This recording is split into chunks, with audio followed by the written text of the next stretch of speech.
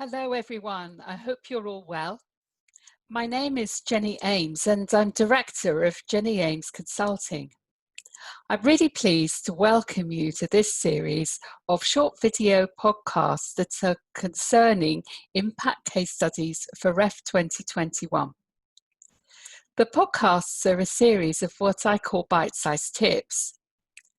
As well as being helpful for people involved in impact for REF 2021, I hope they'll also be useful for those of you who may have roles in future REFs.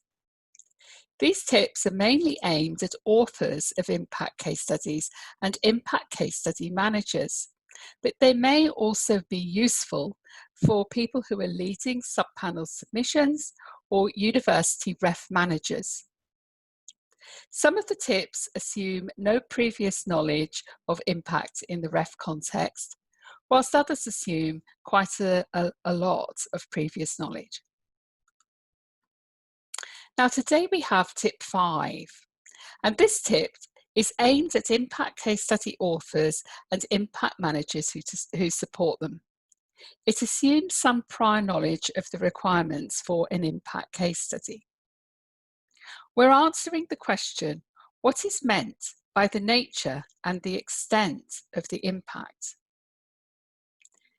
The impact section of the impact case study template provides quite a lot of embedded guidance, and some of that guidance states this section should provide a narrative with supporting evidence to explain, first of all, how the research underpinned, and that means made a distinct and material contribution to the impact. And secondly, the nature and extent of the impact. So that's where this question has come from. Most of the information you need to help you with this question is actually available on the REF website under the Guidance tab.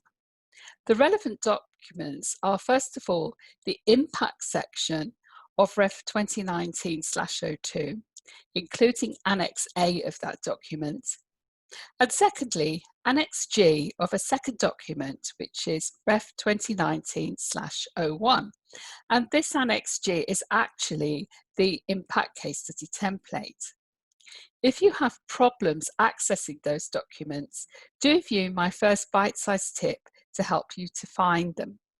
And the link to my website where you can access previous bite-sized tips is on the second but one slide of this video podcast. So first of all, what do we mean by nature of the impact? Well, this is about how the beneficiaries, and those beneficiaries of the impact are entities such as an organisation or individuals or an audience, have benefited or been affected by the impact. The second part of the question deals with the extent of the impact. So what's meant by that? Well, this means how deeply the beneficiaries have benefited, how transformational the impact has been on them. You need some evidence or indicators of the impact to help you to make your case about the extent of the impact. And this is where Annex A of document REF 2019/02 is really helpful. This annex is a table and it's organised into 3 columns. The first column presents different areas of impact. So examples of areas could be impacts on policy or impacts on well-being. The second column deals with types of impact. So examples of types of impact might be animal health has improved or creative practice has been influenced. The third column provides examples of indicators of impact. And examples of indicators of impact might be documented evidence of increased social inclusion or evidence of improved sustainability. All of these examples present a very small selection of a much longer list of examples given in Annex A. However, even the examples in Annex A are not exhaustive, but do have a look at that annex.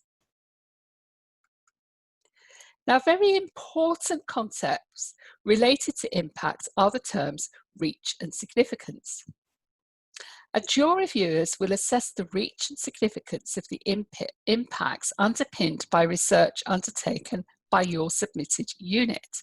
That's what they'll be looking for when they're reading your case study. So this means that a critical question is how do reach and significance relate to the nature and extent of the impact? Well, reach is about the beneficiaries, how diverse they are, and the extent to which the different groupings of beneficiaries have been reached. Importantly, reach is not merely about absolute numbers or about the geographical location of beneficiary. Significance is about how transformational the impact has been for the beneficiaries. Examples of what the impact might be, and therefore thinking about the extent or the degree of impact, include how the beneficiary's understanding has been enhanced, how performance has been enriched, how products have been improved, policies developed, well-being improved, and so on.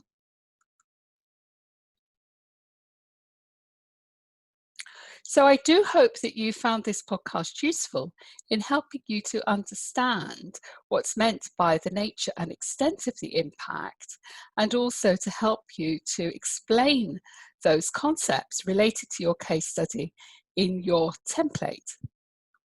After watching this podcast, I suggest you check various things related to the impact section of your template.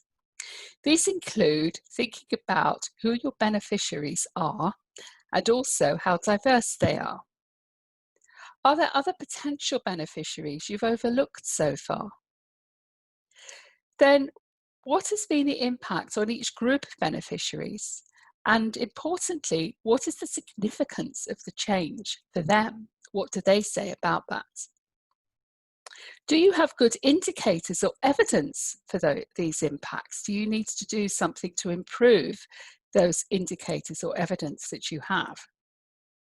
Then I suggest you take a look at Annex A of Rev 2019/02, and perhaps there are other types of impact or indicators you could consider for your case study.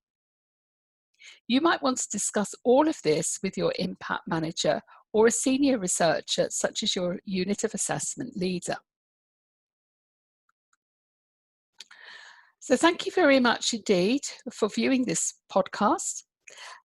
Do send me an email if there's something that you'd like me to particularly cover in another bite-sized tip. And in the meantime, I look forward to seeing you again soon for the next bite-sized tip.